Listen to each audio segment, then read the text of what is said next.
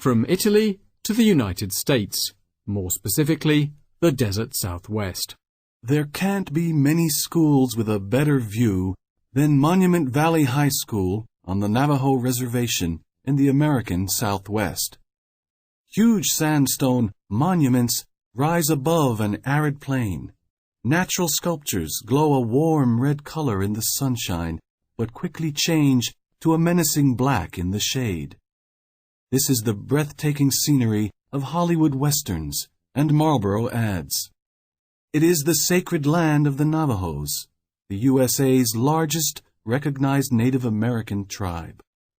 When they first settled in Monument Valley hundreds of years ago, the Navajos called it a treeless area amid the rocks. The Navajos prefer to call themselves Diné, meaning the people. Navajo land, the largest of the Native American reservations, covers parts of the states of Arizona, Utah, and New Mexico. Larissa Jackson teaches business studies at Monument Valley High School. She does not know her exact age. Like many Navajos born at home, she has no birth certificate. But she knows exactly where she comes from. Yat esha e kintlechi nin shlon look at ne bashes chain bit ahni da shachedo touchy ni eda shana lahut a sanenshla. I said Yat doesn't actually really mean hello, but we just say that. It actually means all is well or all is beautiful. It's a greeting. And I said, I am of the Red House clan, born for, which is my father's, born for the Reed clan. And my maternal grandfathers are under his cover, they call it, or folded arms people. And then my paternal grandfathers are the Red Streak running into water clan. That's what I said. The Navajo language is so complex that in World War II, the American forces used it as military code. At the time, Navajo was only spoken, not written, and the Japanese were never able to break the code. This was to provide the subject matter of the movie Wind Talkers, which was released in 2002. In actual fact, the Navajo Code Talkers only received official recognition in 2001, at a time when just 5 of the original 29 men were still alive. Today, according to the official U.S. Census, there are nearly 180,000 Navajo speakers.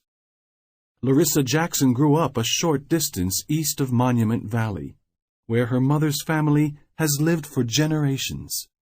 Although most Navajos speak English today, Jackson's native language was Navajo, and she was the first member of her family to go to college.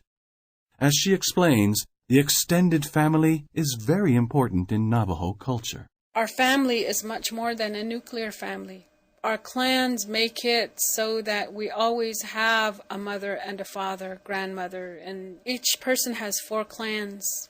And you have your mother's clan, your father's clan, your mother's father's clan, and your father's father's clan. In Navajo culture, the elders are honored as the guardians of important values and family history.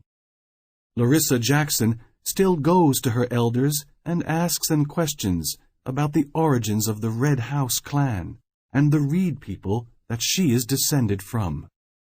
There are few written records, but Jackson knows her family history several generations back. One of her ancestors survived the long walk of the mid-19th century, when thousands of Navajos were removed from their mineral-rich homelands by the U.S. Army. Men, women, and children were forced to walk 300 miles to a reservation in New Mexico. The Navajos remained prisoners there and were forced to work under terrible conditions at the infamous Fort Sumner.